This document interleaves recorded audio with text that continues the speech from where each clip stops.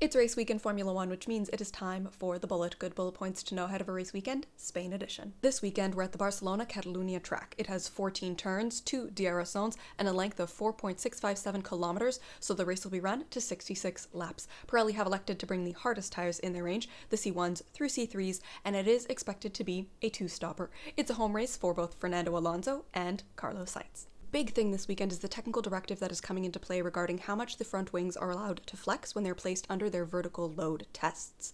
Previously, the double load allowed for 15 millimeters of flex, that is now down to 10, the single load down from 20 to 15 millimeters, and these small pieces here used to be allowed to flex 5 millimeters, and that's now down to 3. A flexing front wing can affect car performance, so this weekend on track we're going to get to see if any team had to make notable changes because of this directive.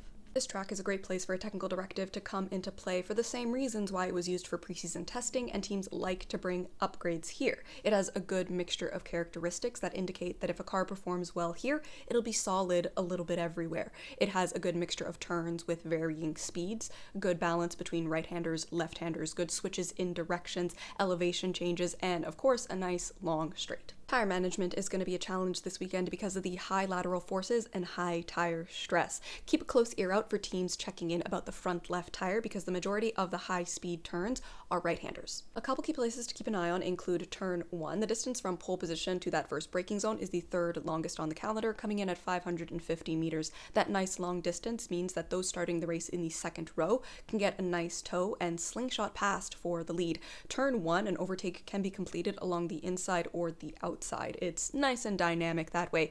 Turn 5 is downhill, heading into and out, so braking in that zone can be a little bit tricky. There are also gravel traps around pretty much everywhere at this track, so expect some delays for recovering a vehicle at some point this weekend. And finally, here are some news stories to be paying attention to this weekend. Victor Martins is going to be stepping in for Alex Albon during FP1 in his first outing in a Formula One car. Very exciting and big moment in a junior driver's career.